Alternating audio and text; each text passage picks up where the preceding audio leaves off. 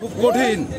আমরা কেউ বাড়ি ঘরে থাকতে পারতাম না, রাস্তায়, বাগানে, সাইকেলে, ট্রাকের হুটের ভিতরে বিভিন্ন কষ্ট করে নদী পথে পুলিশের বাধা, অ্যারেস্ট, গ্রেপ্তার উপেক্ষা করে আমরা তখনও হাজার হাজার মানুষ নিয়ে খুলনার সমাবেশগুলো সফল করেছি।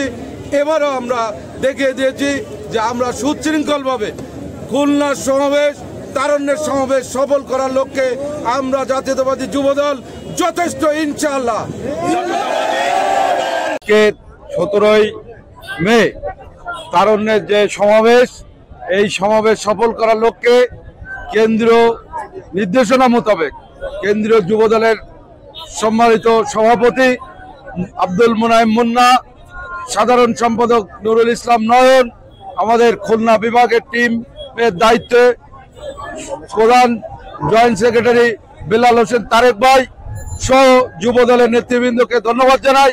তারা যে নির্দেশনা দিয়েছে আমরা সকলে মিলে সেই নির্দেশনা অক্ষরে অক্ষরে পালন করার চেষ্টা করছি এবং আমরা আশা করি আজকের এই খুলনা বিভাগের তারুণ্যের সমাবেশ হবে ঐতিহাসিক সমাবেশ এবং এই ঐতিহাসিক সমাবেশ থেকে আমরা বলতে চাই মানুষের যে অধিকার, ভোটের অধিকার নিয়ে আমাদের যে 17 বছরের সংগ্রাম, সেটা কিন্তু এখনো বন্ধ হয়ে যায় নাই।